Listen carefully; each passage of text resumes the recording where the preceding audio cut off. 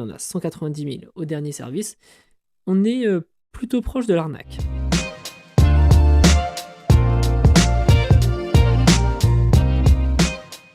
Alors nous allons continuer sur mobile et nous allons voir comment déceler un mauvais vendeur. Donc dans cet exemple, on va prendre cette Porsche Diesel et Belly Automobile. Sur le côté droit, vous allez pouvoir accéder à la page de notation du vendeur. Cette page recense la note globale du vendeur et des avis clients. Avant toute chose, je vous encourage à traduire la page dans votre langue. Ici, je ne parle pas couramment allemand et je vais traduire la page en anglais. Donc même si je suis français, je traduis cette page en anglais car la traduction Google allemand-anglais est meilleure qu'allemand-français. Donc vous pouvez vous aider de Google Chrome pour faire cette traduction automatique de la page. Alors, il faut faire attention car la notation globale sur mobile ne reflète pas toujours la qualité du vendeur. Ce que vous avez vu en 4.1 ne sera pas forcément réaliste. Alors, faisons un arrêt sur image sur les différents avis clients. Ici, on va prendre l'exemple de Joao et de Laura.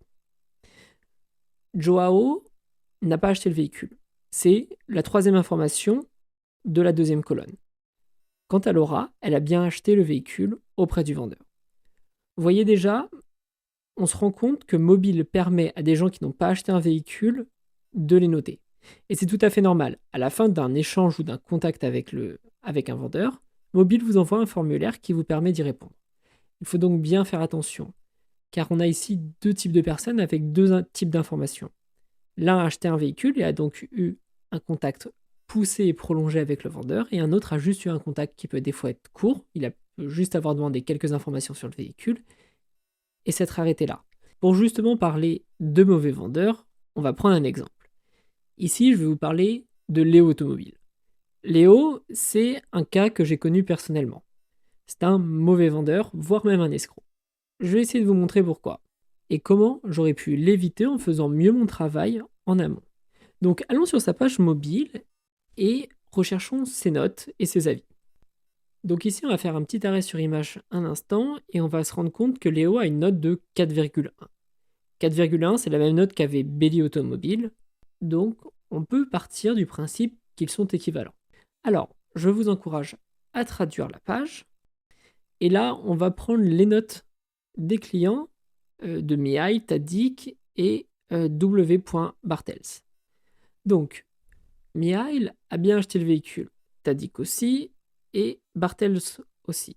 Donc là, c'est assez intéressant. Là, on part sur une base d'avis qui nous intéresse. Alors, qu'est-ce que nous dit Mihail ? Alors, est-ce que le vendeur a répondu rapidement ? Oui, plutôt. Est-ce qu'il était gentil ? Plutôt. Mais est-ce que la visite et l'entretien avec le vendeur étaient bons ? Là, on n'a que 2 étoiles. Donc déjà, ça part mal. Est-ce qu'il recommande le vendeur ? Non. Est-ce que le véhicule était comme décrit ? Non. Alors, qu'est-ce qu'il nous dit d'autre ?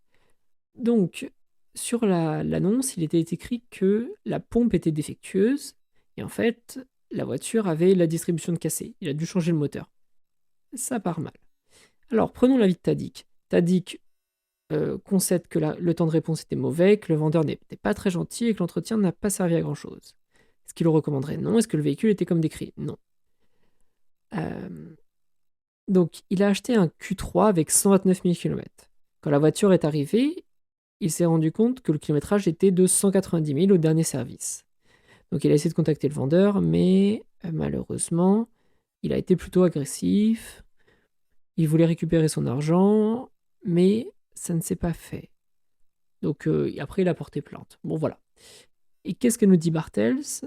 Bon, que tout s'est bien passé, qu'il a eu un bon contact et que le vendeur était plutôt professionnel. Donc là, on a 3 exemples pris au hasard.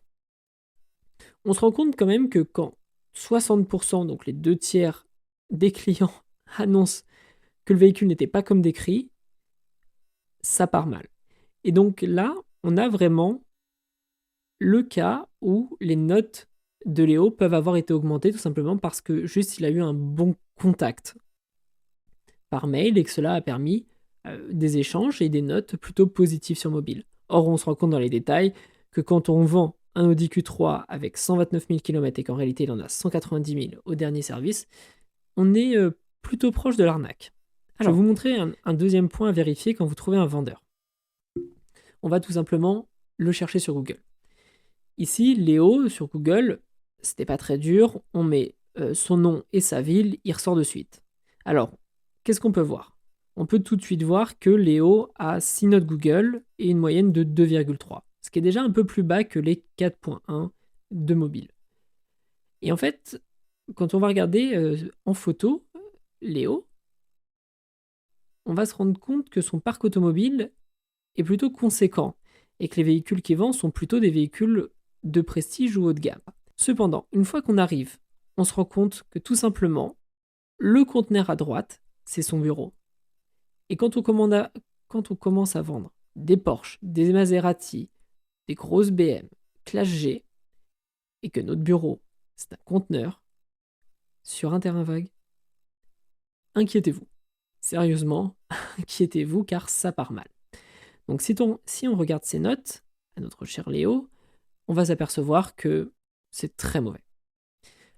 Alors, pour continuer, je vais essayer de vous montrer un bon vendeur. Donc vous voyez, 2 étapes, on regarde mobile, on regarde Google, on a un avis quand même assez général sur le vendeur.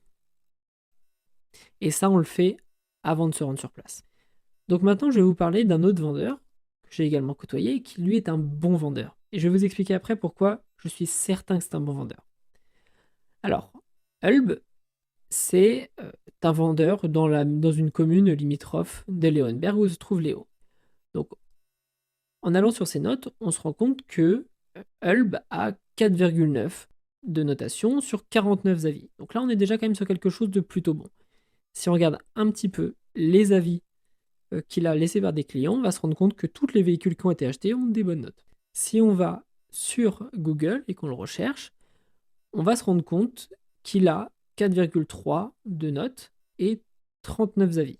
Donc là encore, on est sur une base solide d'avis positifs. Quand on regarde son stock, on est déjà plus sur un terrain en terre, on est quand même sur du béton. Alors, ce qu'il faut savoir avec Hulb, c'est qu'en fait, c'est un revendeur de concession.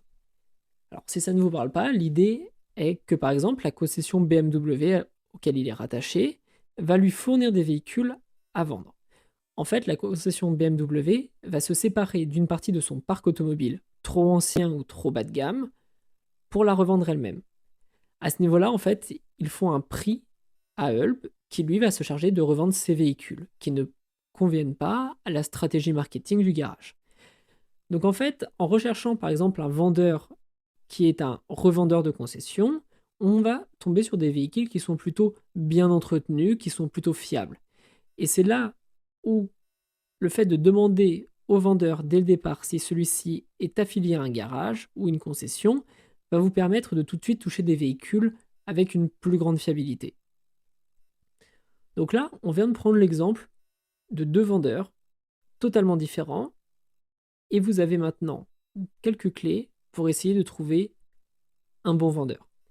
Prenez votre temps, faites ce travail en amont avant d'arriver. N'hésitez pas à regarder les avis Google, les avis mobiles, la localisation en satellite et des photos du garage. On ne juge pas un livre à sa couverture, mais on peut juger un concessionnaire à l'endroit où il stocke ses voitures. Et stocker une Maserati et une 997 Turbo sur un parking en terre, c'est de la merde. Bon alors voilà, on termine ce 2e épisode, j'espère que ça vous a intéressé, et puis on se retrouve bientôt pour le 3e. Allez, tchuss!